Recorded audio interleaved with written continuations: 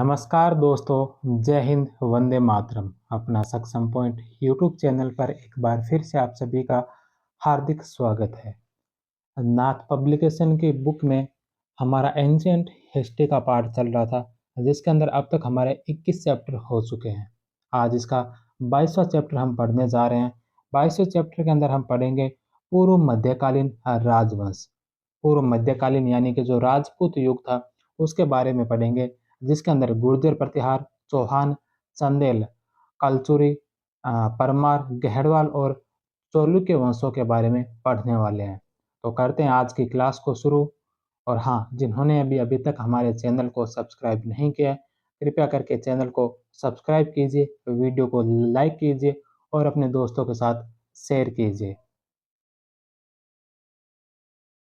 सबसे पहले हम पढ़ेंगे गुर्जर प्रतिहारों के बारे में। गुर्जर प्रतिहार राजवंश। हर्षवर्धन की मृत्यु और हुणों के आक्रमण के उपरांत जिन राजवंशों ने हुण आक्रमण से हुए नुकसान और भारत की बिखर चुकी राजनीतिक एकता को पुनः स्थापित करने का प्रयत्न किया, उनमें गुर्जर प्रतिहार राजवंश का स्थान अत्यंत विशिष्ट है। गुर्जर प्रतिहार वंश ने 6वीं से 12वीं शताब्दी तक विदेशी आक्रमणों से भारत भूमि की सफलतापूर्वक रक्षा की है। गुर्जर परिहा गुर्जर जाति का प्रथम अभिलेख उल्लेख हमें चालुक्य शासक पुलकेशिन द्वितीय के दरबारी रविकीर्ति जैन द्वारा रचित ऐहोल अभिलेख में मिलता है। उत्पत्ति और इनका निवास स्थान नीलकुंड, राधनपुर, देवली, करडा अभिलेखों में प्रतिहारों को गुर्जर कहा गया। स्कंद पुराण में पंचदर्विड़ों में भी गुर्जर भी शामिल है। पूर्व मध्यकाल में आए अरब यात्री इन्हें जुर्ज या अल गुर्जर या गुर्जर शब्द की अपभ्रंश शब्द अल गुर्जर या जुर्ज कहते हैं। वहीं चीनी यात्री हवेनसांग इन्हें कुचेलो और गुर्जर कहता है। मिहिर भोज के ग्वालियर अभिलेख में नागभट्ट को राम का प्रतिहार व विशुद्ध क्षत्रिय कहा है। इस अभिलेख में प्रतिहारों को राम के भाई लक्ष्मण का वंशज बताया गया है। यही बात कक्ष के गटियाला अभिलेख में दोहराई गई है, लेकिन इस अभिलेख में प्रतिहारों के मूल पुरुष हरिश्चंद्र को ब्राह्मण बताया है। हरिश्चंद्र की दो रानियां थी, एक ब्राह्मणी और दूसरी छत्राणी। छत्राणी का नाम भद्रा था, उससे उत्पन्न प्रतिहार क्षत्रिय कहलाए। गुर्जर प्रतिहारों की उत्पत्ति को लेकर विद्वान एक मत नहीं है। कुछ प्रमुख मत इस प्रकार से हैं।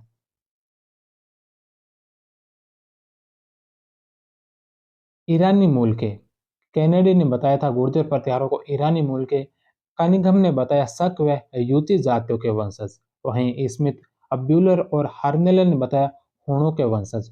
डॉक्टर भंडारकर ने गुर्जरों को विदेशी गुर्जर जाति के वंशज बताया। और वहीं डॉक्टर गोपीनाथ शर्मा, डॉक्टर दशरथ शर्मा और के एम मुंशी ने गुर्जरों को भारतीय मूल के बताया है। प्रतिहार शासकों के जोधपुर व घटियाला शिलालेखों के आधार पर इनका मूल निवास स्थान गुर्जरात, पश्चिमी राजस्थान का एक भाग को माना जाता है। एच सी रे का मानना है कि इनका मूल निवास स्थान मंडोर, जोधपुर था। राष्ट्रकूट शासक अमोघवर्ष के संजन ताम्रपत्र में उल्लेख है कि जब दंत्य दुर्ग ने महादान यज्ञ किया था, तब उसने गुर्जर राजा को उज्जैन में अपना प्रतिहार द्वारपाल बनाया था। साथ ही जैन ग्रंथ हरिवंश पुराण भी गुर्जर प्रतिहारों को अवंती या उज्जैन का शासक बताता है। ज्यादातर विद्वान इस दूसरे मत अर्थात उज्जैन को ही गुर्जर प्रतिहारों का मूल स्थान बताते हैं। प्रतिहारों की शाखाएं। प्रतिहार राजवंश की अनेक शाखाएं थी। नैनसी ने प्रतिहारों की 26 शाखाओं का उल्लेख किया है। इनमें मंडोर, जालोर, राजोगढ़, कन्नौज, उज्जैन और भड़ोज के प्रतिहार अधिक प्रसिद्ध हुए। अब हम सबसे पहले देखते हैं मंडोर के प्रतिहार। मंडोर के प्रतिहार प्राचीनता व महत्व की दृष्टि से प्रतिहारों की विभिन्न शाखाओं में राजस्थान में उदित होने वाली मंडोर की प्रतिहार शाखा सबसे महत्वपूर्ण है।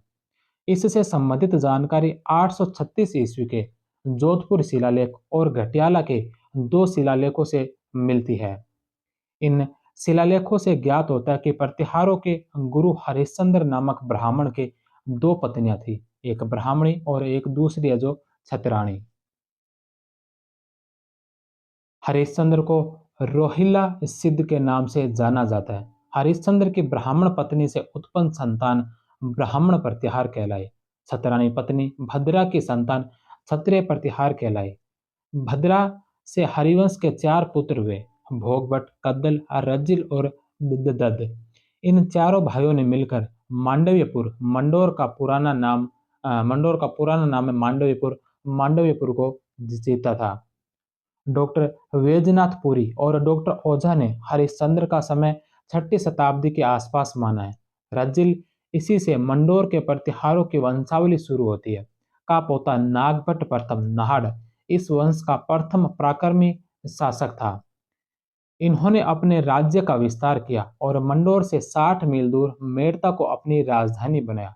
परंतु मेड़ता के राजधानी बन जाने पर भी मंडोर का महत्व कम नहीं हुआ, क्योंकि नागभट्ट प्रथम के पुत्र तात तात ने मंडोर में एक सन्यासी के रूप में रहना पसंद किया। नागभट्ट के उत्तराधिकारियों के संबंध में विस्तृत जानकारी प्राप्त नहीं है। इस वंश की 10वीं पीढ़ी में सिलुक नामक राजा हुए, जिसने अवल मंडल के शासक देवराज भाटी को पराजित करके अपने राज्य का विस्तार किया। सिल्लुक के 2 रानियां थी, भाटी रानी पद्मिनी और दूसरी रानी दुर्लभ देवी। इन दोनों से सिल्लुक को क्रमशः 2 पुत्र बाउक और कक्कुक हुए। सिल्लुक के बाद इस राजवंश का अगला महत्वपूर्ण शासक बाउक बना। उसने शत्रु राजा मयूर को भोकुंपा के युद्ध में पराजित किया। इसी बाउक ने 837 में जोधपुर प्रशस्ति में अपने वंश का वर्णन किया है। यह प्रशस्ति मंडोर के एक विष्णु मंदिर में स्थित है, जिसे बाद में जोधपुर नगर के कोर्ट में लगवा दी गई। बाउक के पश्चात उसका भाई ककुक प्रतिहार शासक बना। इन्होंने गटियाले के शिलालेख 861 ईस्वी का गटियाले के शिलालेखों को उत्कीर्ण करवाया। इन शिलालेखों से ज्ञात होता है कि वह मरु यानी मारवाड़, मांड जैसलमेर, बल और तमणी मालानी, अज मध्य प्रदेश और गुजरात प्रदेशों में काफी लोकप्रिय था। विद्वानों की मान्यता है कि संभवतः इनमें से कुछ क्षेत्रों पर उसका राजनीतिक प्रभाव भी था। कक्कुक द्वारा गटियाला और मंडोर में जय स्तंभ भी स्थापित करवाए गए थे। कक्कुक के पश्चात के मंडोर के प्रतिहारों के संबंध में प्रामाणिक जानकारी नहीं मिलती है। 1145 ईस्वी के सहजपाल चौहान के मंडोर अभिलेखों से ज्ञात होता है कि 12वीं शताब्दी के मध्य में मंडोर के आसपास के क्षेत्रों पर चौहानों का प्रभुत्व स्थापित हो गया था। फिर भी मंडोर का दुर्ग काफी समय तक प्रतिहारों की इंदा शाखा के अधिकार में बना रहा, किंतु इंदा शाखा के प्रतिहारों ने हमीर प्रतिहार के अनवरत आक्रमणों से परेशान होकर मंडोर के दुर्ग को 1395 ईस्वी में राव वीरम राठौड़ के पुत्र चुंडा को दहेज में दे दिया। इसके साथ ही मंडोर के प्रतिहारों का राजनीतिक प्रभाव समाप्त हो गया और धीरे धीरे संपूर्ण क्षेत्र मारवाड़ के राठौड़ों के आधिपत्य में चला गया।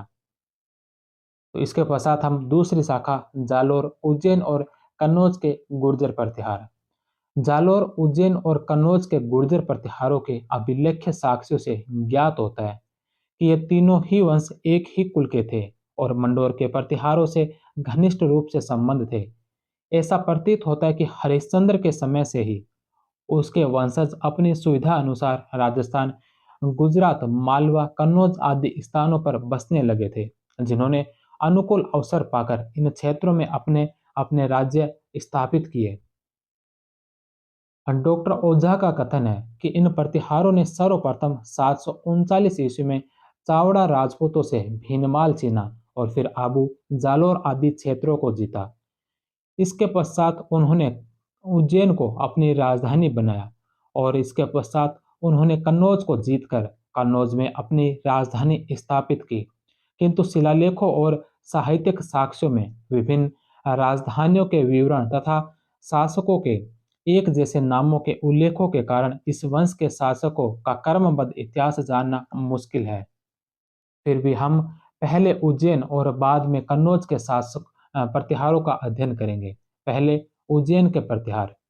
एक राजनीतिक शक्ति के रूप में उज्जैन के प्रतिहारों की शक्ति का उदय नागभट्ट प्रथम, जिसने 730 से 760 ईस्वी तक शासन किया था, नागभट्ट प्रथम के नेतृत्व में हुआ।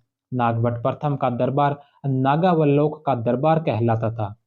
इन्हें जालोर, उज्जैन व कन्नौज के प्रतिहार वंश का संस्थापक माना जाता है। अभिलेखों में इस राजवंश का संबंध राम के भाई लक्ष्मण से मानकर उन्हें क्षत्रिय बताया है। साहित्यिक कृतियों में भी इस वंश के शासकों को रघुकुल तिलक व रघुकुल मुक्तामणि मुक्तामणि आदि कहा गया है।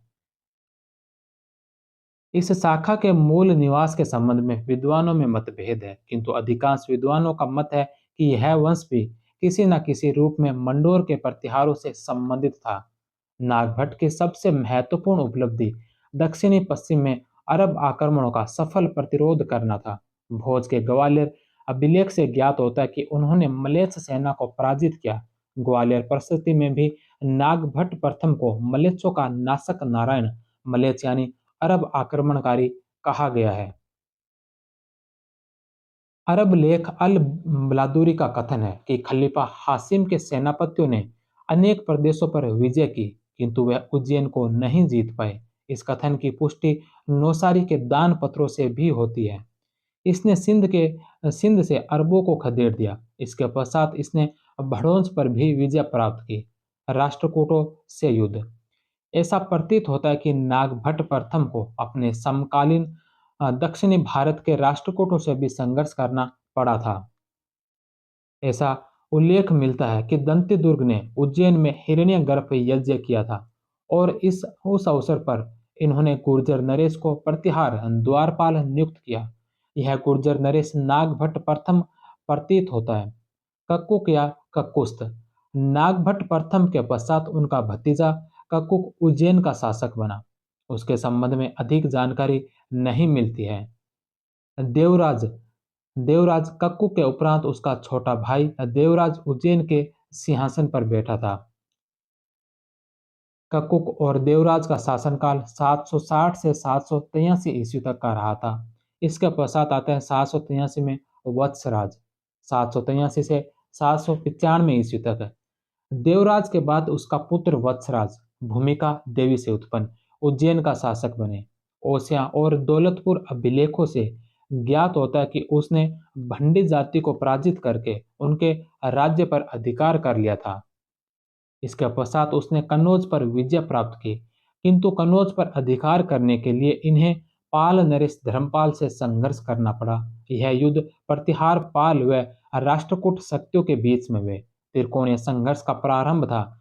इस समय कन्नौज पर इंद्रायुध शासन कर रहे थे और वत्सराज तथा धर्मपाल दोनों ही कन्नौज पर अधिकार करना चाहते थे।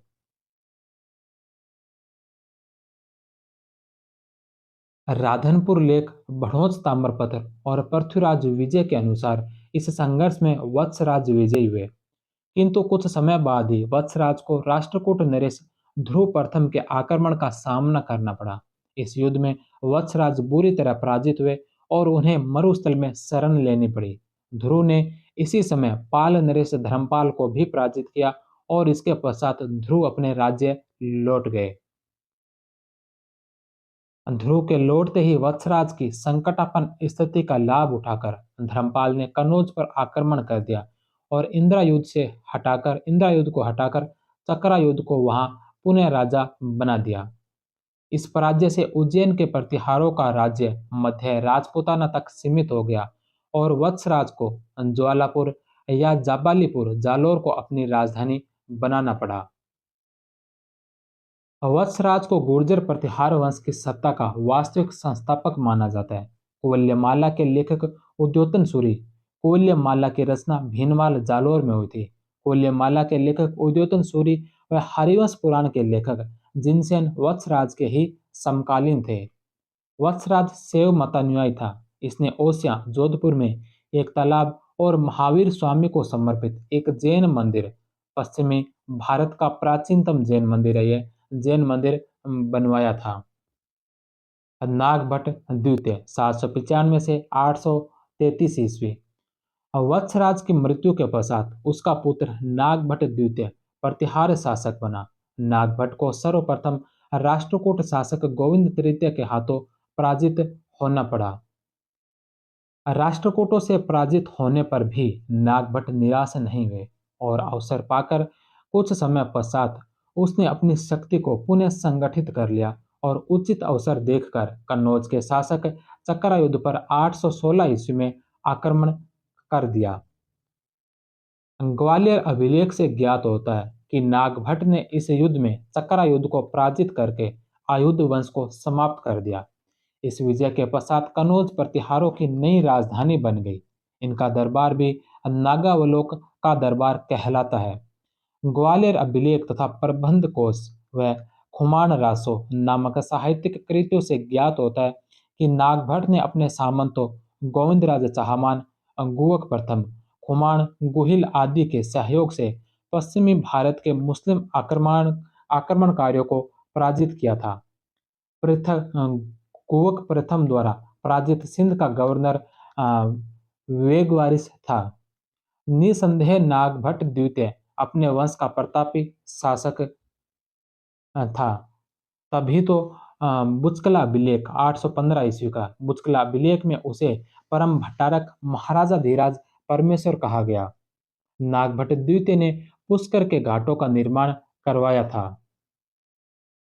रामभद्र 833 से 836 ईस्वी चंद्रप्रभ सूरी द्वारा रचित प्रभावक के चरित्र के अनुसार 833 ईस्वी में नागभट्ट द्वितीय ने गंगा नदी में जल समाधि द्वारा अपने प्राण त्याग दिए। नागभट्ट द्वितीय के उपरांत उसका पुत्र रामभद्र कन्नौज की गद्दी पर बैठा। उसने 3 वर्ष का अल्पकाल शासन प्रतिहार शक्ति के हवास का काल था। इसके पश्चात मिहिर भोज प्रथम 836 से 885 ईस्वी मिहिर भोज इस वंश का सर्वाधिक महत्वपूर्ण शासक था। यह रामभद्र का पुत्र था। इसकी माता का नाम अप्पा देवी था। इनका प्रथम अभिलेख वराह अभिलेख है। इनकी तिथि 893 विक्रम संवत अर्थात 836 ईस्वी है। इनका सर्वाधिक प्रसिद्ध अभिलेख ग्वालियर प्रशस्ति है, जिससे इस वंश के बारे में काफी जानकारी मिलती है। इन्होंने एक विशाल साम्राज्य की स्थापना की, जिसकी स्थायी राजधानी कन्नौज को बनाया। कश्मीरी कवि कल्हण की राजतरंगिणी से भी मिहिर भोज की उपलब्धियों पर प्रकाश पड़ता है। अरब यात्री सुलेमान ने मिहिर भोज को भारत का सबसे शक्तिशाली शासक बताया, जिसने अरबों को रोक दिया था। ग्वालियर अभिलेख में इसके इनकी उपाधि आदि वरहा मिलती है। दौलतपुर अभिलेख में इन्हें प्रभास कहा कहता है, परंतु इन्होंने अपनी मुद्राओं पर आदि वरहा की उपाधि उत्कीर्ण करवाई। इन्हें प्रतिहार वंश का ही नहीं वरन प्राचीन भारतवर्ष का एक महान शासक माना जाता है। पालों व राष्ट्रकूटों से युद्ध मिहिर भोज को अपने समकालीन पाल नरेश देवपाल से संघर्ष करना पड़ा, किंतु इस संघर्ष के परिणामों के संबंध में पाल और प्रतिहार साक्ष्यों में परस्पर विरोधी वृत्तांत मिलते हैं। ऐसा ऐसा प्रतीत होता है कि संभवतः मिहिर भोज के समय में पालों और प्रतिहारों के मध्य दीर्घकालीन संघर्ष चलता रहा, जिसमें कभी एक पक्ष को और कभी दूसरे पक्ष को सफलता मिलती रही। मिहिर भोज को भी अपने समकालीन राष्ट्रकूट नरेशों अमोघ वर्ष और उसके उत्तराधिकारी कृष्ण द्वितीय से भी संघर्ष करना पड़ा था। इस संघर्ष में प्रारंभ में तो उसको सफलता मिली, किंतु बगुआ अभिलेख से ज्ञात होता है कि इनके बाद राष्ट्रकूटों की गुजरात शाखा के सामंत ध्रुव द्वितीय ने मिहिर भोज को पराजित कर दिया। मिहिर भोज को इस समय कलचुरी नरेश के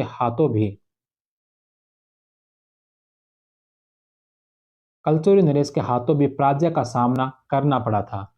इस पराजय के कुछ समय बाद मिहिर भोज ने राष्ट्रकूटों पर पुनः आक्रमण किया, किंतु इस संघर्ष का कोई स्थायी परिणाम नहीं प्राप्त हुआ।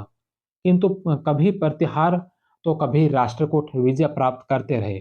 मिहिर भोज राष्ट्रकूटों को तो स्थायी रूप से पराजित नहीं कर सके, किंतु उन्होंने कालिंजर के शासक जयशक्ति चंदेल, मंडोर के शासक बाउक, कलचुरी के शासक गुणाम बोधि देव, गुहिल शासक हर्षराज आदि को अपनी सत्ता स्वीकार करने को बाध्य किया।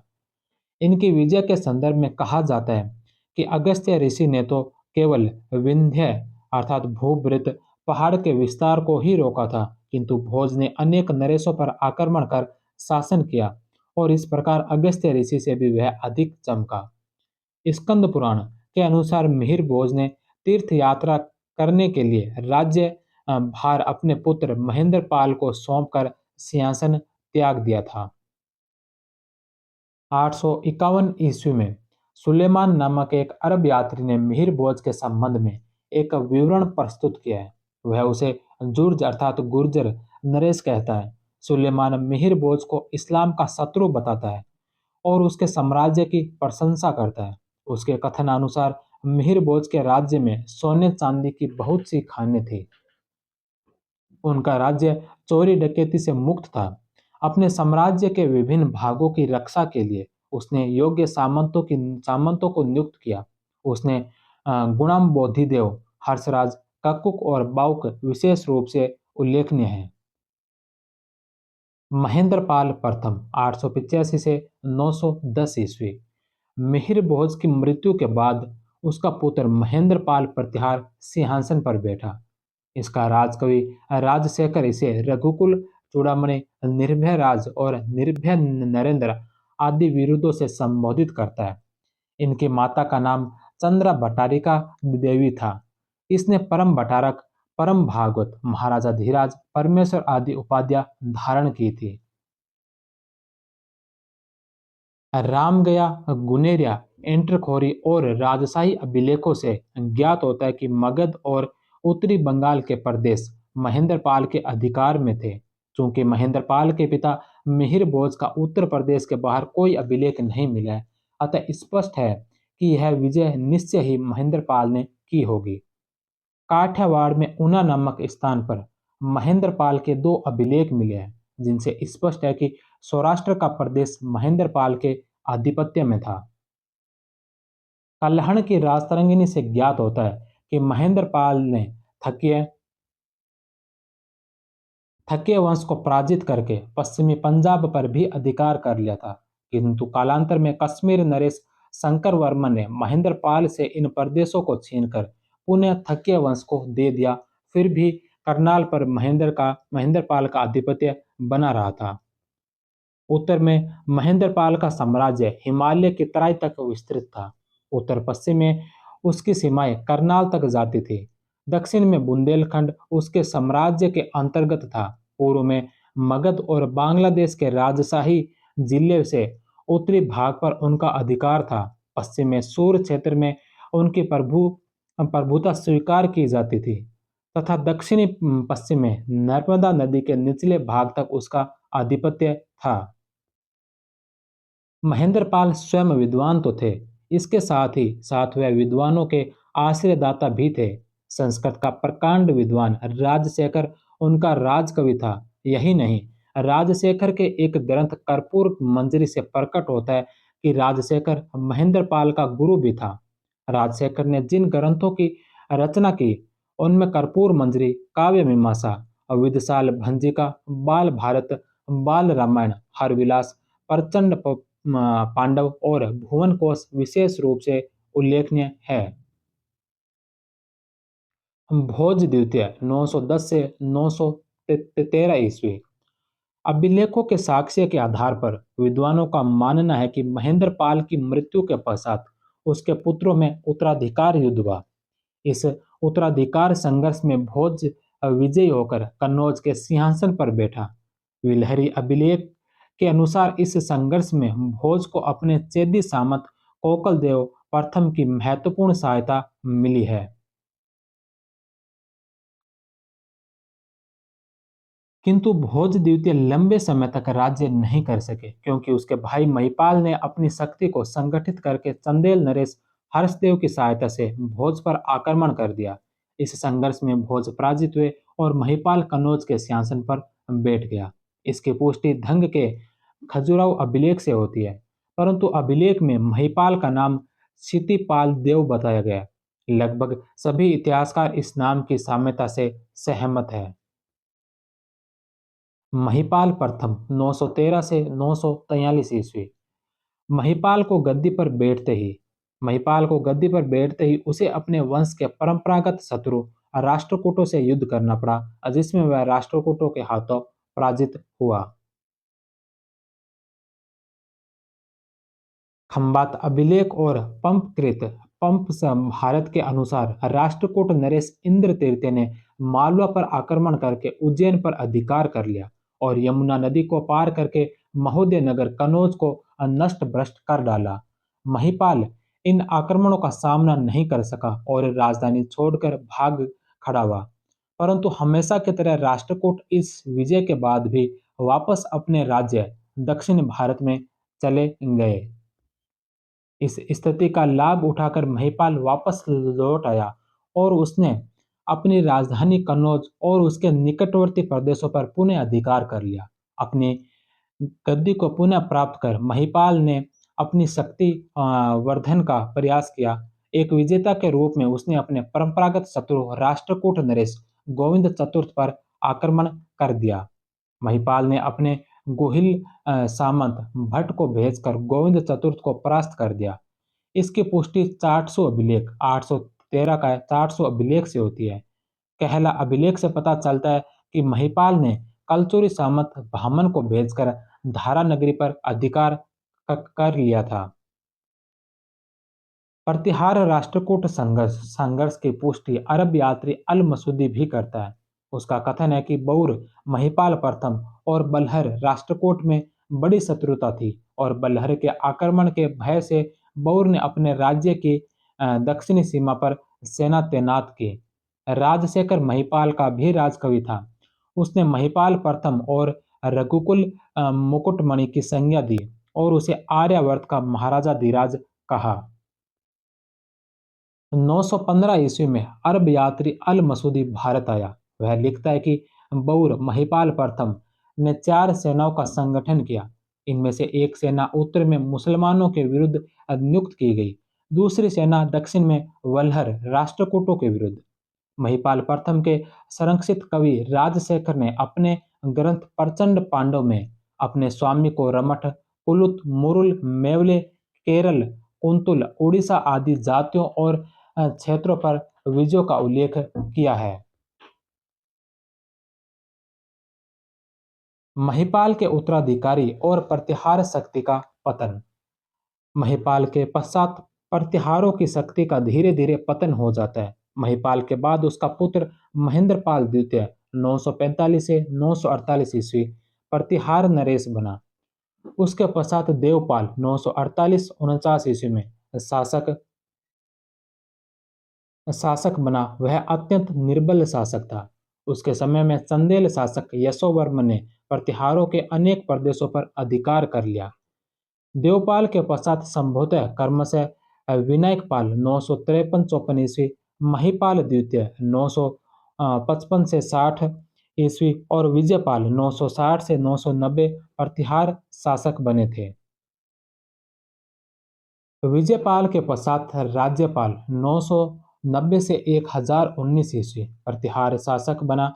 उसके समय में महमूद गजनवी ने कन्नौज पर आक्रमण किया। राज्यपाल इस आक्रमण से आतंकित होकर बिना लड़े ही कन्नौज छोड़कर भाग गया था।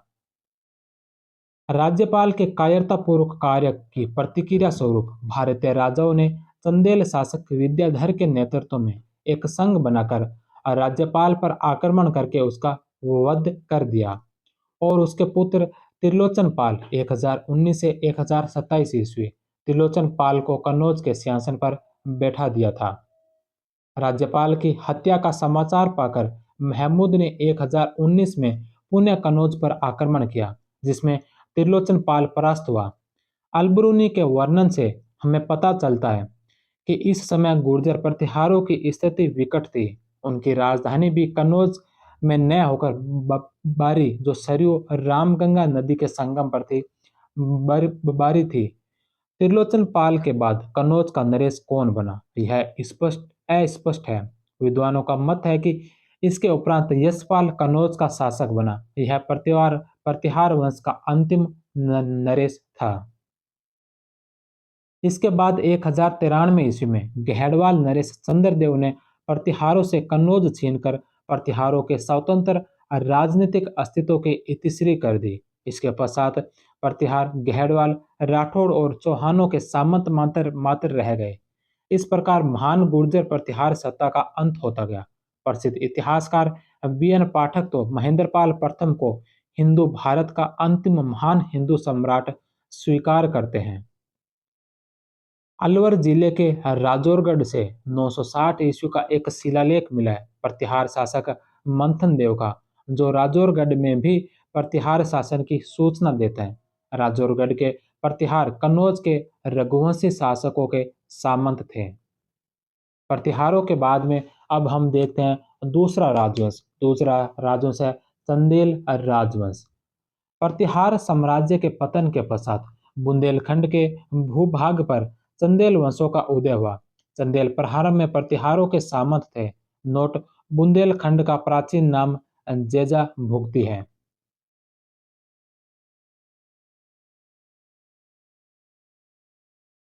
चंदेल वंश का संस्थापक नन्नुक 831 में स्थापना की। नन्नुक के पश्चात क्रमशः वाकपति, जयशक्ति, विजय शक्ति तथा राहिल शासक बने। तीसरे शासक जयशक्ति के नाम पर यह क्षेत्र जेजाभुक्ती बुंदेलखंड कहलाया। चंदेल वंश की राजधानी खजुराहो, खजूरपुरा, खजूरवाहक वर्तमान मध्य प्रदेश के छतरपुर जिले में स्थित है। राहिल ने वास्तु तथा झीलों के निर्माण की शुरुआत की, जिसके लिए चंदेल भारतीय इतिहास में प्रसिद्ध हो गए। इसने अजयगढ़ का मंदिर तथा राहिल्य सागर महोबा के निकट का निर्माण करवाया। हर्ष, जो 900 से 925 तक शासन करता है, खजुराहो लेख में इसे परम भट्टारक कहा गया। इसने चौहान वंश कन्या कलचोका से विवाह किया तथा अपने वंश की कन्या नट्टा देवी का विवाह कलचुरी शासक कोकल के साथ कर दिया था। यशोवर्मन या लक्ष्मण वर्मन 930 से 950 ईस्वी इस वंश का प्रथम शक्तिशाली शासक था। सर्वप्रथम इसने कन्नौज पर आक्रमण कर प्रतिहार साम्राज्य को समाप्त कर दिया। राष्ट्रकूटों से कालिंजर दुर्ग को जीता। चंदेलों से सर्वप्रथम प्रयास पर विजय प्राप्त की।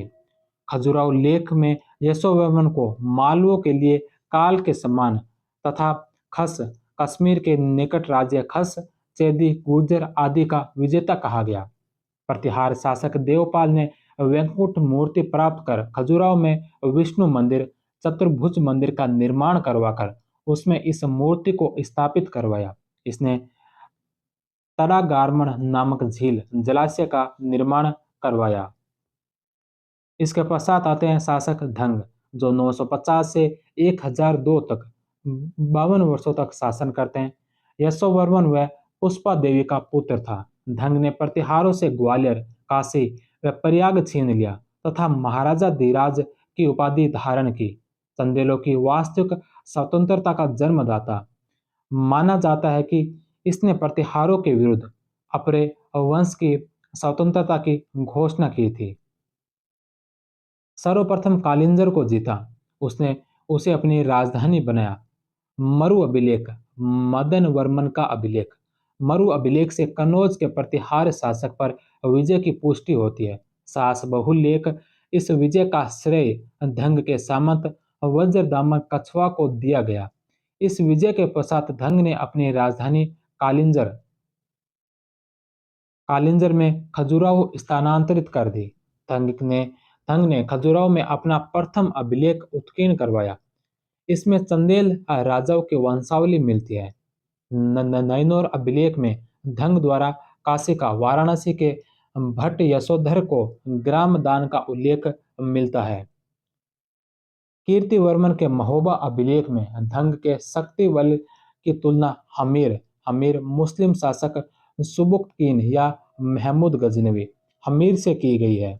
धंग सुबुक्तकीन के विरुद्ध जयपाल द्वारा बनाए गए हिंदू राजाओं के संघ में सम्मिलित हुआ था। धंग वैदिक या ब्राह्मण धर्म का अनुयायी था। शिव इसके आराध्य देव थे। खजुराहो के अधिकांश मंदिरों का निर्माण इसके समय पर ही हुआ था। खजुराहो में धंग के काल में निर्मित महत्वपूर्ण मंदिर जिननाथ मंदिर, इसमें जैन उपासकों को दिए गए दान का उल्लेख है। दूसरा विश्वनाथ मंदिर, तीसरा अवैद्यनाथ मंदिर। इसका निर्माण गृहपति कोकल द्वारा किया गया था। चौथा है भगवान शंभू का मंदिर बनवाया, जिसमें मरकत मणि व प्रस्तर से बने हुए दो लिंग स्थापित किए गए। धंग के प्रमुख अधिकारी अब भट्ट यशोधर धर्माधिकारी था, मुख्य न्यायाधीश था। प्रभास प्रधानमंत्री था। धंग ने तुला पुरुष दान भी दिया था। धंग ने प्रयाग में गंगा यमुना के संगम पर 1002 में जल समाधि ले ली थी। धंग के पश्चात शासक बनते हैं गंड। 1002 से 1019 ईस्वी यह धंग का पुत्र था। यह महमूद गजनवी के विरुद्ध शाही वंशी आनंद पाल द्वारा बनाए गए हिंदू राजाओं का संघ जो 1008 में बना था उसमें सम्मिलित हुआ था। गंड के पश्चात अगले शासक आते हैं विद्याधर, जो 1019 से 1029 तक शासन करते हैं। यह गंड का पुत्र था। यह चंदेल वंश का सर्वाधिक शक्तिशाली शासक था। निजामुद्दीन व फरिश्ता ने इसका उल्लेख नंद व विंदा नाम से किया है। 1019 में महमूद गजनवी ने जब कन्नौज पर आक्रमण किया तो कन्नौज के शासक राज्यपाल ने बिना लड़े ही आत्मसमर्पण कर दिया। तब विद्याधर ने क्रोध में आकर राज्यपाल की हत्या कर दी। हत्या जो अर्जुन कच्छपघात द्वारा करवा दी। राज्यपाल के पुत्र त्रिलोचन पाल को कन्नौज का शासक बनाया। महमूद गजनवी के चंदेलों पर आक्रमण 1019-20 में और 1022 में किया, जिसका विद्याधर ने सफलतापूर्वक प्रतिरोध किया। मजूमदार ने विद्याधर द्वारा कुशलतापूर्वक पीछे हटने की नीति को भूमिदाह की नीति कहा है। मालवा के मालवा के परमार शासक भोज तथा कलचुरी शासक गांगेय देव को परास्त कर उनको अधीन कर लिया। विद्याधर के पश्चात विजयपाल 1050 ईस्वी में, देववर्मन 1050 से 60, कीर्तिवर्मन 1060 से 1100 ईस्वी, सलंक्ष वर्मन 1100 से 1115 ईस्वी, पृथ्वीवर्मन और उसके पश्चात मदन वर्मन जो 1129 से 1163 ईस्वी चंदेल शासक हुए थे। विजयपाल व देववर्मन के समय चंदेल शक्ति के कमजोर होने का मुख्य कारण कर्ण डाहल का कलचुरी की साम्राज्यवादी नीति थी। कवि कल्हण ने कर्ण को कालंजरगिरी के राजा के लिए काल की संज्ञा दी। कीर्तिवर्मन ने कलचुरी कर्ण को परास्त कर चंदेल वंश की पुनः सत्ता स्थापित की। कीर्तिवर्मन की राज्यसभा में प्रबोध चंद्रोदय का रचयिता कृष्ण मिश्र निवास करता था। इस नाटक में विष्णु भक्ति का वर्णन है। कीर्तिवर्मन का सचिव अनंत, कालंजर का विशिष्ट प्रशासनिक अधिकारी महेश्वर है। मदन वर्मन के रीवा क्षेत्र में पनवार से रजत स्वर्ण सिक्कों का ढेर प्राप्त हुआ है। परमार्दी देव परमल 1165 से 1203 ईस्वी, यह चंदेल वंश का अंतिम महान शासक था। तुमुल का तुमुल का या महोबा का युद्ध जो 1182 ईस्वी में हुआ था, परमर्दी देव व पृथ्वीराज चौहान के मध्य हुए इस युद्ध में आहल्ला व उदल नामक परमर्दी देव के सेनापति वीर गति को प्राप्त हुए थे। आहल्ला व उदल क्षत्रियों की बनाफर शाखा के थे। इनकी प्रशंसा में जगनिक ने आहल्ला खंड में आहल्ला को धर्मराज युधिष्ठिर तथा उदल को भीम का साक्षात अवतार कहा है। इस युद्ध में गहड़वाल शासक जयचंद ने परमर्दी देव की सहायता की थी। इस युद्ध में पृथ्वीराज चौहान विजयी रहे थे। इस युद्ध की जानकारी 1182 ईस्वी के मदनपुर लेख सारंगधर पद्धति पृथ्वीराज रासो, परमल रासो व प्रबंध चिंतामणि से मिलती है। 1183 ईस्वी में परमर्दी देव ने पुनः महोबा पर अधिकार कर लिया था। 1183 ईस्वी के लेख परमर्दी देव को दशाणाधिपति कहा गया। 1203 में कुतुबुद्दीन ऐबक ने परमर्दी देव को अंतिम रूप से पराजित किया। कालिंजर दुर्ग में परमर्दी देव की मृत्यु हो गई। परमर्दी देव के पश्चात त्रैलोक्य वर्मन ने शासन किया। 1305 ईस्वी में अलाउद्दीन खिलजी ने चंदेल राज्य को दिल्ली सल्तनत में मिला लिया था। खजुराहो के मंदिर छतरपुर मध्य प्रदेश में स्थित है। इन मंदिरों का निर्माण चंदेल शासकों के संरक्षण में 900 ईस्वी से 1050 ईस्वी के मध्य हुआ था। यहाँ पर शैव, वैष्णव, सूर्य, शाक्त व दिगंबर जैन धर्म से संबंधित मंदिर है। बौद्ध धर्म से संबंधित कोई भी मंदिर नहीं है। खजुराहो के मंदिरों का निर्माण ग्रेनाइट व लाल गुलाबी बलुआ पत्थरों से किया गया है। सभी मंदिरों पर शिकार एक निश्चित रेखा में बनी है, जो कम से है छोटे हैं और इन्हें आरोह-वरोह कहते हैं। मंदिर मुख्यतः नागर शैली में निर्मित है। कुछ मंदिर पंचायतन शैली में भी बने हुए हैं। कंदरिया महादेव मंदिर। खजुराहो स्थित इस मंदिर का निर्माण चंदेल शासक विद्याधर ने करवाया था। यह मंदिर मूलतः पंचायतन शैली में निर्मित है। इसका शिखर छोटे छोटे 84 उरुस रंगों से घिरा हुआ है। इस मंदिर में काम क्रीड़ा से रथ मिथुन मूर्तियां प्रमुख है। खजुराहो के सभी मंदिरों की तुलना में सर्वाधिक मिथुन आकृतियां इसी मंदिर में है। वेंकुटनाथ चतुर्भुज मंदिर। इस मंदिर का निर्माण चंदेल शासक यशोवर्मन ने करवाया। यशोवर्मन का अन्य नाम लक्ष्मण वर्मन था, इसीलिए इस मंदिर को लक्ष्मण मंदिर भी कहते हैं। खजुराहो में पंचायतन शैली में इस मंदिर का निर्माण मथुरा के 16,000 शिल्पकारों द्वारा किया गया है। पंक्तिबद्ध नायक नायिकाओं में मुख्यतः शकुंतला का चित्रण किया गया है। इस मंदिर की दीवारों पर मिथुन मूर्तियों का चित्रण किया गया है। जगदम्बिका मंदिर। इसका निर्माण चंदेल शासक गंड के द्वारा करवाया गया था।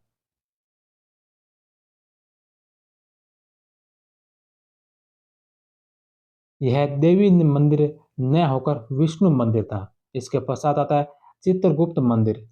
इस मंदिर का निर्माण चंदेल शासक गंड के द्वारा करवाया गया। इस मंदिर में मुकुटधारी सूर्य तथा सप्त अश्वयुक्त रथ स्थापित किया गया। इस मंदिर में दाहिने हाथ में लेखनी लिए हुए चित्रगुप्त की खंडित प्रतिमा स्थित है। इसके पश्चात एक और मंदिर 64 योगिनी मंदिर, यह खजुराहो का सबसे प्राचीन मंदिर है। विश्वनाथ मंदिर। इसका निर्माण चंदेल शासक धंग ने करवाया था। इस मंदिर में बांसुरी वादक नारी मूर्तियां उत्कीर्ण है। इसके पश्चात आता है पार्श्वनाथ का जैन मंदिर। खजुराहो में इस मंदिर का निर्माण चंदेल शासक ढंग के शासनकाल में जैन जैन श्रेष्ठी पाहिल के द्वारा करवाया गया। जैन मंदिरों में केवल इसी मंदिर पर काम रति मिथुन का चित्रण किया गया है। चंदेलों के बाद अब हम आगे पढ़ते हैं त्रिपुरी के कलचुरी अर्थात चैदी और हेयई राजवंश। हमने इससे पहले दो राजवंश पढ़ लिए, अब हम पढ़ेंगे त्रिपुरी के कलचुरी चैदी या हेयई राजवंश के बारे में। चंदेल राज्य के दक्षिण में कलचुरियों का राज्य था। राजधानी त्रिपुरी मध्य प्रदेश के जबलपुर में स्थित थी। कलचुरियों के राज्य क्षेत्र को डाहल मंडल कहा जाता है। कलचुरी चंद्रवंशी क्षत्रिय थे। कर्ण के बनारस लेख के अनुसार कलचुरी वंश का संस्थापक वामराज देव थे। कलचुरियों की प्राचीनतम शाखा 6ठी शताब्दी ईस्वी में माहिष्मती में शासन करती थी, जिसका संस्थापक कृष्णराज था। 9वीं शताब्दी में कोकल प्रथम ने डाहल में कलचुरी वंश की स्थापना की थी। कोकल प्रथम 845 ईस्वी से 890 ईस्वी यह डाहल के कलचुरी वंश का संस्थापक था। अभिलेखों में इसी से कलचुरी वंश की वंशावली मिलती है। इसने राष्ट्रकूट शासक कृष्ण द्वितीय के साथ अपनी पुत्री का विवाह किया तथा चंदेल राजकुमारी नटा देवी से स्वयं विवाह कर अपनी शक्ति सुदृढ़ की थी।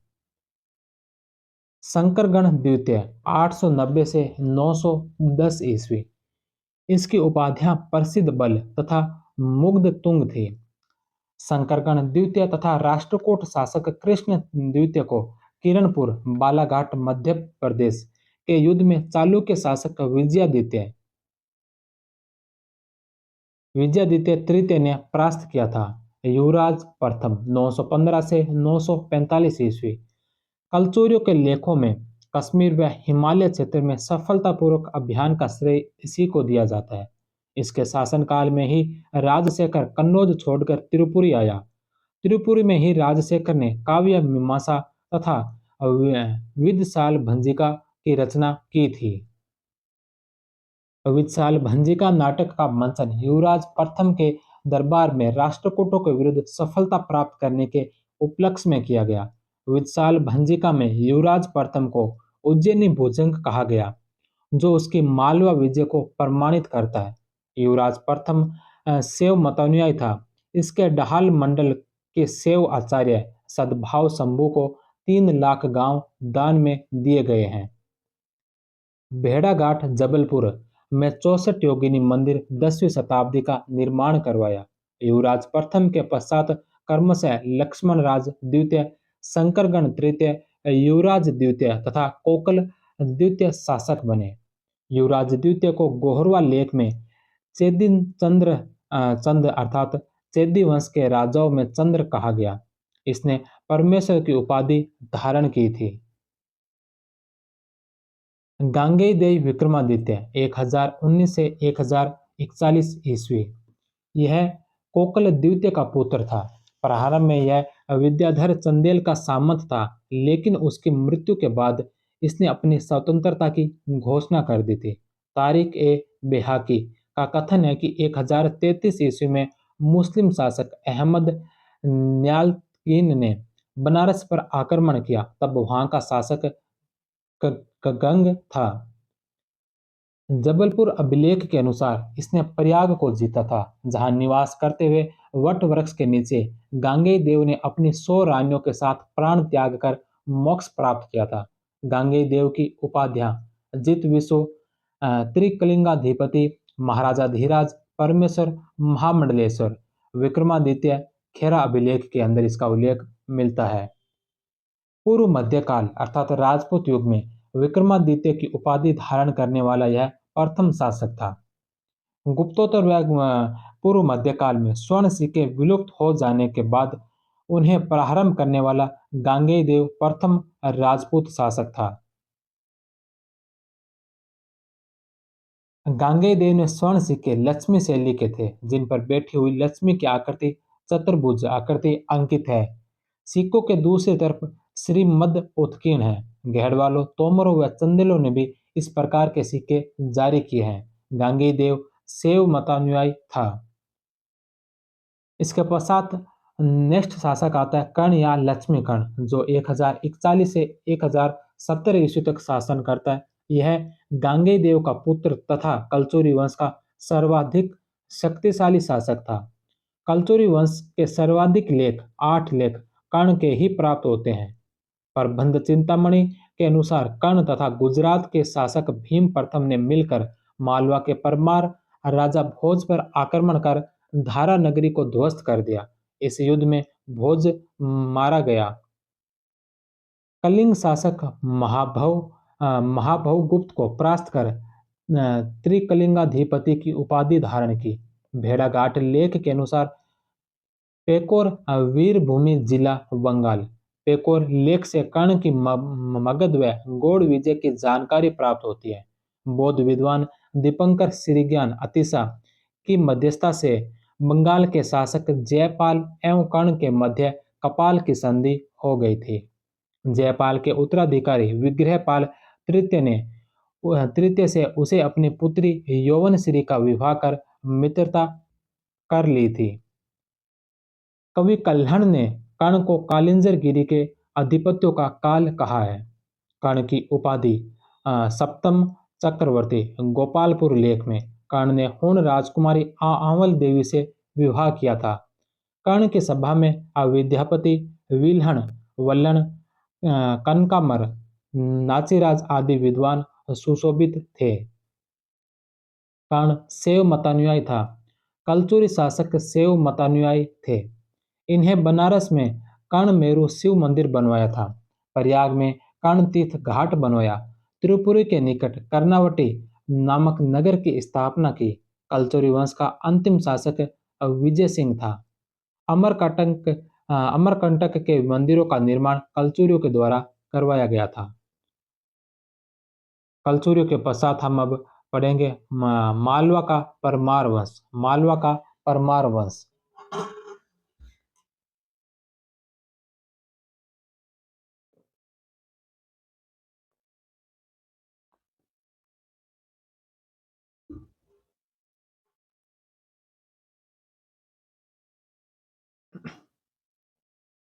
परमार शब्द का अर्थ सॉरी, परमार शब्द का अर्थ शत्रुओं का विनाश करने वाला। यह मूल रूप से माउंट आबू राजस्थान से संबंधित है। चंद्रबरदाई कृत पृथ्वीराज रासो में परमारों की उत्पत्ति आबू पर्वत पर गुरु वशिष्ठ के अग्निकुंड से बताई गई है। इस मत का समर्थन अबुल फजल के आईने अकबरी, धनपाल की तिलक मंजरी व पद्मगुप्त परियल के नवसाहसाक चरित में मिलता है।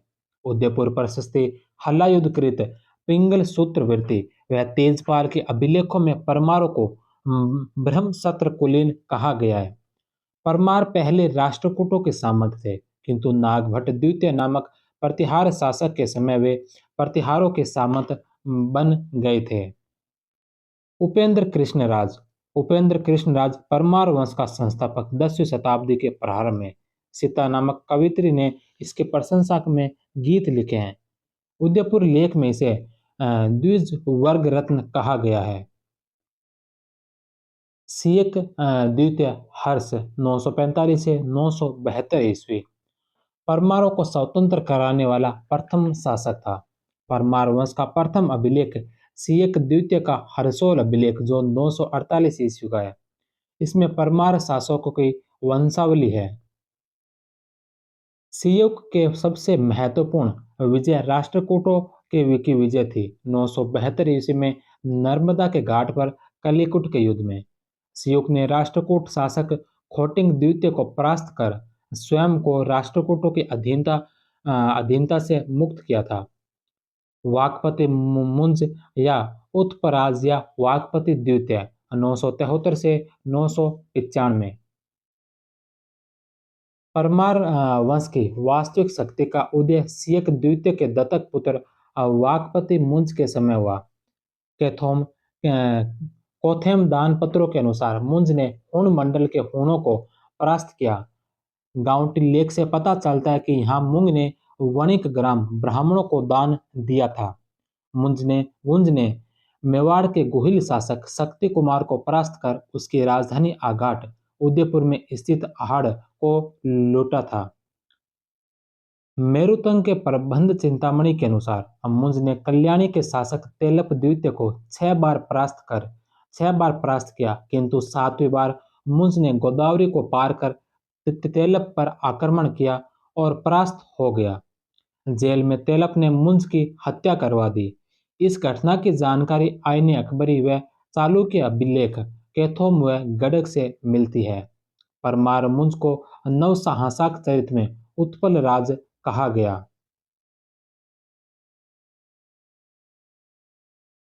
मुंज के राज्यसभा में विद्वान विद्वान और उनकी रचनाएं।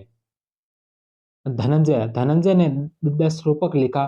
पद्मगुप्त की रचना नवसाहसाक चरित। धनिक की रचना 10 रूपावलोक और काल निर्णय। हलायुध की रचनाएं है मृत संजीवनी नामक टीका जो पिंगल छंद शास्त्र पर है और इसके अलावा अभिधाम रत्नमाला। महासेन की रचना प्रद्युम्न चरित्र। शोभन की रचना चतुर्विंशति का स्तुति और अभित गति की रचना सुभाषित रत्न संधो। मुंज के द्वारा लिखे गए कुछ श्लोक सुभाषित रत्न संधोह में मिलते हैं। मुंज ने मुंज प्रतिदेश व्यवस्था नामक भूगोल ग्रंथ की रचना की है। मुंज को कवि मित्र व कवि वृष भी कहा गया से यह साहित्यिक उपाधियां थी। मुंज के समय धारा नगरी भारत की साहित्यिक राजधानी बन गई थी। मुंज ने धारा नगरी में मुंज सागर तालाब तथा गुजरात में मुंजपुर नामक नगर बसाया था। मुंज की उपाधियां पृथ्वी वल्लभ, श्री वल्लभ व अमोघ वर्ष राष्ट्रकूटों के सम्मान। मुंज के पश्चात शासक बनते हैं सिंधुराज जो 995 से 1010 ईस्वी तक शासन करते हैं। यह सिंधुराज जो है यह मुंज का छोटा भाई था। इसने इसने चालुक्य शासक सत्याश्रय को पराजित किया था। नवसाहसाक चरित के अनुसार के रचयिता पद्मगुप्त परमार मुंज व सिंधु राज के राजकवि थे। सिंधु राज की उपाधियां नवसाहसाक, सहासाक, अवंतीश्वर, अवंती तिलक, कुमार नारायण और मालवराज। परमार भोज। परमार भोज जो 1010 से 1055 ईस्वी तक शासन करते हैं, यह सिंधु राज का पुत्र था। यह परमार वंश का सर्वाधिक महत्वपूर्ण शासक था। परमार भोज, कलचुरी गांगेय व राजेंद्र चोल की सम्मिलित सेनाओं ने कल्याणी के चालुक्य शासक जयसिंह द्वितीय को पराजित किया था। भोज ने कोंकण पर विजय के उपलक्ष्य में 1024 में कोंकण विजय पर्व मनाया था। राजेंद्र चोल की सहायता से भोज ने कलिंग उड़ीसा के शासक इंद्ररथ को पराजित किया। अपने समकालीन त्रिपुरी के शासक गांगेय देव को भी परास्त किया था। चंदेल शासक विद्याधर ने भोज को परास्त किया। मेवाड़ के गोहिल वंशी शासक को परास्त कर भोज ने चित्तौड़ पर अधिकार कर लिया। भोज ने चित्तौड़ में त्रिभुवन नारायण, जो शिव मंदिर था, त्रिभुवन नारायण मंदिर बनवाया, जिसे वर्तमान में मोकल जी का मंदिर कहा जाता है। भोज के शासनकाल के अंत में गुजरात के चालुक्य वंशी शासक भीम प्रथम तथा त्रिपुरी के कलचुरी शासक लक्ष्मीकर्ण ने भोज के विरुद्ध संघ बनाया। इस संघ का नेता लक्ष्मीकर्ण था। इस संघ के कारण भोज चिंताग्रस्त होकर बीमार पड़ गया तथा अंततः उसकी मृत्यु हो गई। लक्ष्मीकर्ण ने संपूर्ण परमार राज्य पर अधिकार कर लिया। भोज ने परमार राज्य की राजधानी उज्जैन से शिक्षा नदी के तट पर स्थानांतरित कर दी थी। धारानगरी में भोज ने 84 मंदिर बनवाए। भोज ने धारानगरी में सरस्वती कंठाभरण, भोजशाला, शारदा सदन नामक संस्कृत विद्यालय की स्थापना की। इसमें मूर्तिकार मंथन की सहायता से भूरे रंग के स्फटिक पत्थर से निर्मित वाग्देवी की प्रतिमा स्थापित की गई। परमार भोज द्वारा रचित ग्रंथ धर्मशास्त्र, जो दंड नीति, पूर्व मार्तंड और व्यवहार समुच्चय से संबंधित है। ज्योतिष शास्त्र से संबंधित राजमृगांक, राजमार्तंड और विद्वजन वल्लभ नामक ग्रंथ है। वास्तु या शिल्प शास्त्र से संबंधित युक्ति कल्पतरु, इसमें विभिन्न प्रकार की नावों के निर्माण का विवरण है। सम्रांग सूत्रधार, जिसमें 84 अध्याय है, इसमें विभिन्न प्रकार के काल्पनिक वैज्ञानिक उपकरणों का उल्लेख मिलता है। इसके अलावा चिकित्सा से संबंधित शालिहोत्र अश्व चिकित्सा से संबंधित है और आयुर्वेद सरोस। शैव दर्शन से संबंधित तत्व प्रकाश और शैव धर्म से संबंधित तत्व परीक्षा है। काव्यों में श्रृंगार प्रकाश, श्रृंगार मंजरी, कूर्म शतक, चंपू रामायण, अवनी कुमार, कोदंड काव्य, व्यवहार मंजरी, राज मार्तंड योग और सार संग्रह नामक ग्रंथ लिखे गए। भोज की सभा में निम्न विद्वान थे: कालिदास। भोज रचित विद्यापति में उल्लेख है। भास्कर भट्ट। भोज ने इसे विद्यापति की उपाधि दी थी। उवट मंत्र भाष्य की रचना की। वह वैदिक साहित्य पर टीका लिखी। दामोदर मिश्र। धनपाल तिलक मंजरी अपनी पुत्री के नाम पर वह पायलच्छी माला की रचना की। भोज इतना बड़ा दानी था कि उसके नाम पर यह अनुश्रुति चल पड़ी कि वह हर कवि को हर श्लोक पर 1 लाख मुद्राएं प्रदान करता था।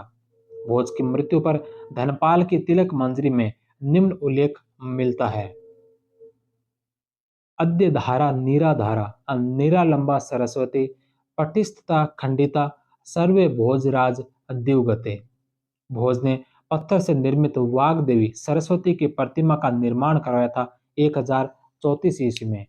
भोज का सरस्वती कंठाभरण काव्य वाग्देवी की स्तुति से ही प्रारंभ होता है।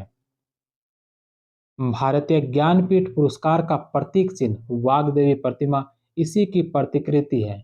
भोज द्वारा लिखित कूर्म शतक व भर्तृहरिकारिका नामक पुस्तकें इस मंदिर की शिलाओं पर उत्कीर्ण है। इस मंदिर के निकट भोज ने एक विजय स्तंभ बनवाया तथा भोजपुर नगर की स्थापना की। भोपाल के निकट भोजकर नामक झील बेतो नदी पर का निर्माण करवाया था। यह पूर्व मध्यकाल की भारत की मानव निर्मित सबसे बड़ी झील थी।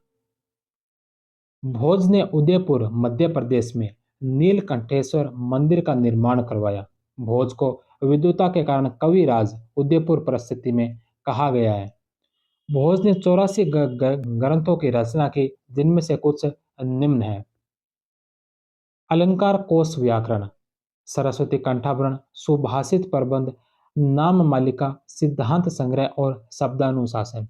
भोज के पश्चात क्रमशः जयसिंह प्रथम 1055 से 1070, उदयादित्य, लक्ष्मण देव, नरवर्मा, यशोवर्मा आदि शासक हुए थे। उदयादित्य ने कलचुरी शासक कर्ण को परास्त किया था।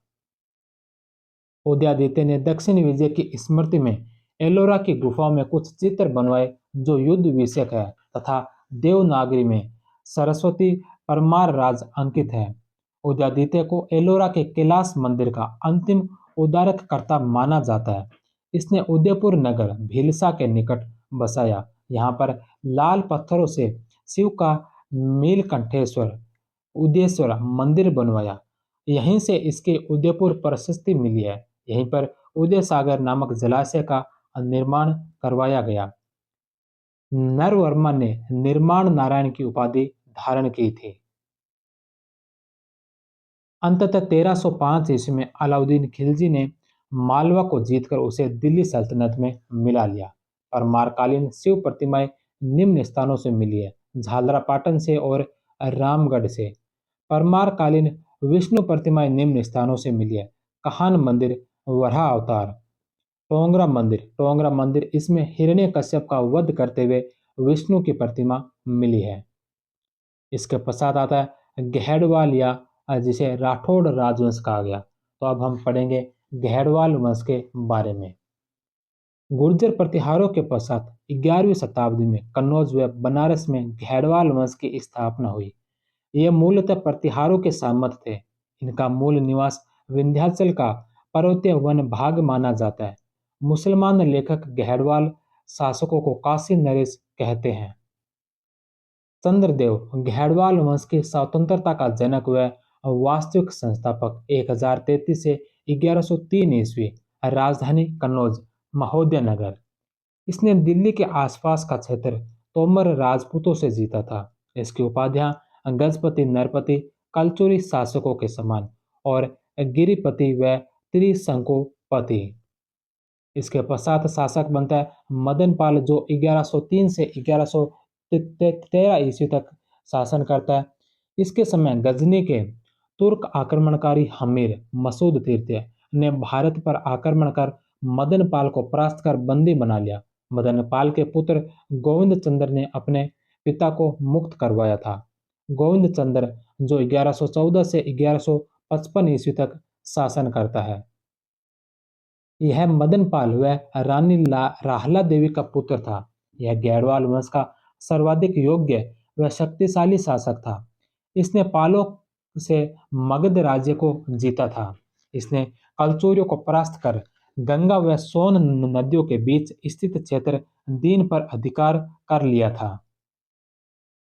गहड़वालों में गोविंद चंद्र ने सर्वप्रथम नरपति, गणपति व अश्वपति राजत्राधिपति की उपाधि धारण की। यह उपाधियां कलचुरियों की थी तथा इसको सर्वप्रथम कलचुरी शासक कर्ण ने धारण किया था। पूर्वी भारत के शासक नरपति की उपाधि धारण करते थे। इसने परमार शासक यशोवर्धन को परास्त कर पूर्वी मालवा पर अधिकार कर लिया। इस विजय के दिन ही गोविंद चंद्र के पौत्र उत्पन्न हुआ, जिसका नाम जयचंद रखा गया। रंभा मंजरी जो नयनचंद्र कृत है नाटक में इस विजय का उल्लेख मिलता है। इसके नेतृत्व में कन्नौज एक महत्वपूर्ण राजधानी नगर बन गया। उसने काशी को अपनी दूसरी राजधानी बनाया। गोविंद चंद्र के दरबार में लक्ष्मीधर नामक विद्वान था। लक्ष्मीधर, इसको मंत्र महिमा का आश्चर्य कहा जाता है। लक्ष्मीधर ने कल्पद्रुम कृत्य कल्पतरु की रचना की, जिसमें 14 अध्याय है तथा प्रत्येक अध्याय को कल्पतरु कहा गया। यह कानून व नियमों की पुस्तक है। गोविंद चंद्र ने उत्कल उड़ीसा के बौद्ध भिक्षु शाक्य रक्षित तथा चोल राज्य के बौद्ध भिक्षु वागेश्वर रक्षित का सम्मान किया तथा उनके द्वारा संचालित जैतून विहार को 6 गांव दान दिए थे। गोविंद चंद्र की पत्नी कुमार देवी पाल राजकुमारी बौद्ध अनुयायी थी, जिसने सारनाथ में धर्म चक्र जिन विहार का निर्माण करवाया। गोविंद चंद्र स्वयं शैव मतानुयायी था। गोविंद चंद्र ने कलचुरी शासकों के सिक्कों के अनुकरण पर बैठी हुई लक्ष्मी शैली के स्वर्ण, रजत व ताम्र सिक्के जारी किए। घेड़वालों के सर्वप्रथम स्वर्ण सिक्के इसके द्वारा ही जारी किए गए थे। इसके पश्चात शासक बनते विजय चंद्र या मलदेव, जो 1155 से 1169 तक शासन करते हैं। इसने लाहौर के हमीर खुसरो शाह खुसरो मलिक को परास्त किया। शाकंभरी के चहामान शासक विग्रहराज चतुर्थ ने इसको परास्त कर दिल्ली पर अधिकार कर लिया। इस प्रकार विजय चंद्र के समय दिल्ली घेड़वालों के हाथों से निकल गया। जयचंद्र के एक लेख में विजय चंद्र की तुलना त्रिविक्रम से की गई है। जयचंद्र ने जौनपुर में अटाला देवी का मंदिर बनवाया, जिसके अवशेषों पर बाद में अटाला देवी मस्जिद बनी। जयचंद्र 1170 ईस्वी से 1194 ईस्वी भारतीय कथानकों में राजा जयचंद के नाम से विख्यात है। फरिश्ता के अनुसार यह भारत का सबसे बड़ा शासक था, जिसका साम्राज्य चीन से मालवा तक था। जयचंद्र का समकालीन चौहान शासक पृथ्वीराज तृतीय था। चंदावर का युद्ध 1194, तराइन के द्वितीय युद्ध 1192 उत्तर प्रदेश में विजय के बाद मोहम्मद गौरी ने कन्नौज पर आक्रमण किया। 1194 के इस युद्ध में गौरी व उसके सेनापति कुतुबुद्दीन ऐबक ने जयचंद्र को पराजित कर दिया। इस युद्ध में जयचंद्र की आंख में तीर लगा, जिसके कारण उसकी सेना में भगदड़ मच गई। गौरी ने असनी फतेहपुर में स्थित जयचंद्र के राजकोष पर अधिकार कर लिया। जयचंद्र के दरबारी विद्वान विद्यापति, जिन्होंने पुरुष समीक्षा लिखी, नयन चंद्र ने रंभा मंजरी नाटक लिखा। श्रीहर्ष नेषद चरित की रचना की, जिसमें 22 सर्ग तथा 2830 श्लोक है। इसमें निषद देश के राजा नल तथा विदर्भ के राजा भीम की पुत्री दमयंती के प्रेम तथा विवाह का वर्णन है। दूसरा हर्ष का दूसरा ग्रंथ है खंडन खंड खाद्य। यह अद्वैत वर्णन का प्रतिपादन करती है। नोट खंड खाद्य का में जो ब्रह्मपुत्र की रचना है, तो खंड काव्य जो श्री हर्ष की है और खंड खाद्य का में जो ब्रह्मपुत्र की रचना है। इसके अलावा हरिश्चंद्र, यह गैड़वाल वंश का अंतिम शासक था। हरिश्चंद्र जो गैड़वाल वंश का अंतिम शासक था। इसके पश्चात गैड़वाल राज्य पर चंदेलों का अधिकार हो गया। गैड़वाल शासकों की मोहरों पर गरुड़ की आकृति मिलती है तथा उनके अभिलेखों में इस वंश के शासकों को परम महेश्वर कहा गया है। गैड़वाल शासक मुस्लिमों से तुरुष दंड मलकर वसूल करते थे। मन्नेर ताम्रलेख जो गोविंद चंद्र का में उल्लेख है। उसके अलावा जल कर व पर्वणी कर फुटकर व्यापारों से वसूला जाता का वर्णन भी मिलता है। पाताल तथा पाठक इनकी प्रशासनिक इकाइयां थी। तो गैड़वालों के पश्चात हमें एक और राजवंश के बारे में पढ़ते हैं, वो है गुजरात का चोलुक्य अथवा सोलंकी वंश। चोलुक्य या सोलंकी वंश अग्नि कुल से उत्पन्न राजपूतों में से एक थे। मूल राज प्रथम 941 से 955 ईस्वी। यह गुजरात के चोलुक्य वंश का संस्थापक था। इसने 10वीं सदी में सरस्वती घाटी में स्वतंत्र राज्य की स्थापना की थी। इसके पिता संभवतः प्रतिहारों के सामंत थे। इनकी माता अनहिलवाड़ के चापोतकट वंश की कन्या थी। चौहान शासक विग्रहराज द्वितीय ने मूलराज प्रथम पर आक्रमण किया, तो मूलराज ने भागकर कंथा दुर्ग में शरण ली। मूलराज प्रथम के पश्चात क्रमशः चामुंडराज, दुर्लभ राज तथा भीमदेव प्रथम शासक बने। भीमदेव प्रथम 1022 से 1064 ईस्वी यह चालुक्य वंश का सर्वाधिक शक्तिशाली शासक था। भीम प्रथम ने कलचुरी शासक कर्ण के साथ मिलकर परमार भोज परमार भोज को परास्त किया तथा धारा नगरी को लूटा।